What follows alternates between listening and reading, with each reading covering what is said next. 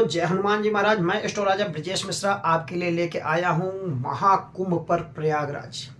मित्रों, पवित्र पावन पर्व समस्त सनातन देश भक्तों के लिए ये महाकुंभ आ रहा है, आगाज होने जा रहा है 13 जनवरी से लेकर के 26 फरवरी तक। आप इस पीरियड में महाकुंभ में जो लोग स्नान करने जा रहे हैं प्रयागराज के अंदर, और प्रयागराज में एक महीने का महापर्व जो होता है कुंभ का, लोग कल्पवास भी करते हैं।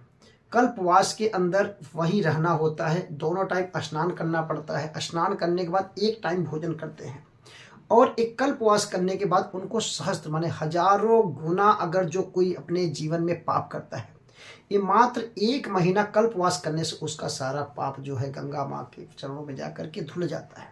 वहाँ पर प्रवचन सुनेंगे, कथाएं आज सुनेंगे, और अपने घर से एक महीना तक दूर रह कर करके कल्पवास करते हैं। और इस ठंड के अंदर दोनों बार नहाना छोटी मोटी बात नहीं है मित्रों, बहुत तपस्या करते हैं। तो तपस्या का फल माँ गंगा स्वयं देती हैं।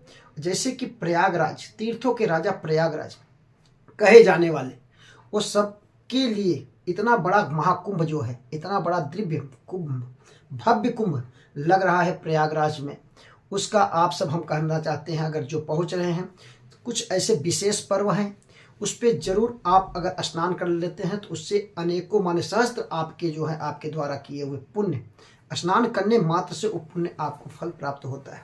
जैसे मकर संक्रांति 14 तारीख को मकर संक्रांति के दिन जो स्नान कर लेता है और तिल आदि का जो दान करता है वहां पर, उसके लिए सहस्त्र दान माने अनेकों हजारों करोड़ों का जो है पाप का पुण्य जो उसको फल प्राप्त होता है।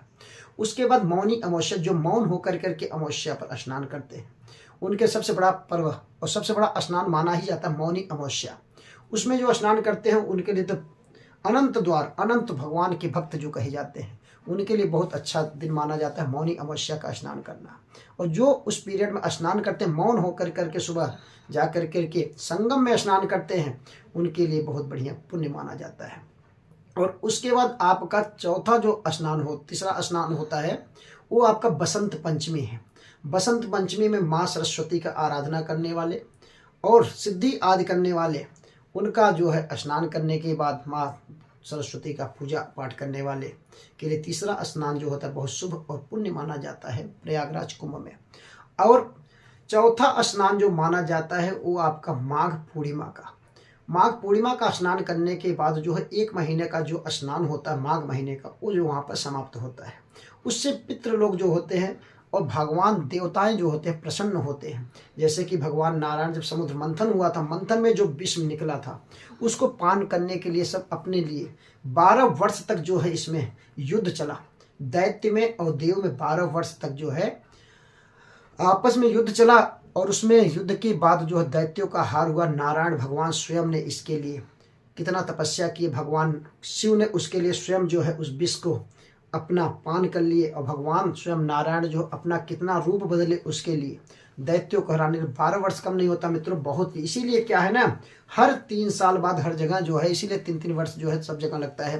प्रयागराज, फिर नासिक, फिर हरिद्वार और उज्जैन में आपका एक पर्व जो है कुंभ का पर्व लगता है। इसीलिए जो है इस समुद्र मंथन जब हुआ था, उसका जो रस निकला था जो लेकर करके दैत्य लोग भाग रहे थे, तो उसका एक एक बूंद जो है हर जगह गिर गया था, 4 जगह। इसलिए वहाँ महाकुंभ लगता है, कुंभ पर्व। और ये महाकुंभ जो है हमारे जानस्ती में मित्र 2000 में लगा था, और 2000 के बाद ये 25 वर्ष बाद लग रहा है प्रयागराज में दिव्य। और ये जिसे कहते हैं महाकुंभ 2025 बता रहा हूँ। जिसको नहीं पता है, मैं तो स्वयं प्रयागराज से रहने वाला हूँ मित्रों, मेरा जन्मभूमि ही वहीं पर है, इसलिए मैं आपको बताना चाहता हूँ कि प्रयागराज में 2000 के बाद 2025 में बहुत बड़ा दिव्य और भव्य कुंभ लगने जा रहा है। जरूर आप आइए, माँ सरस्वती का दर्शन करें, और माँ गंगा के गोद में सरस्वती और यमुना का वहाँ पर पावन त्रिवेणी घाट पर स्नान करें। अनेकों पाप आपके धुल जाएंगे। गंगा च दर्शनात् मुक्ति। अगर स्नान नहीं कर पाते, ठंड लगता है आपको, तो आप जरूर गंगा जी का जलपान करें। सिर्फ दर्शन करने मात्र से ही माघ महीने में आपके समस्त रोग, दोष, भय, पीड़ा सब आपका समाप्त हो जाता है। जरूर करिए। समस्त देशवासियों को महापवित्र पावन पर्व कुंभ नगरी प्रयागराज में आप सभी का हार्दिक स्वागत है, दिव्य स्वागत है। जरूर करें आप लोग कुंभ मेले में गंगा स्नान। जय श्री राम, जय हनुमान जी महाराज।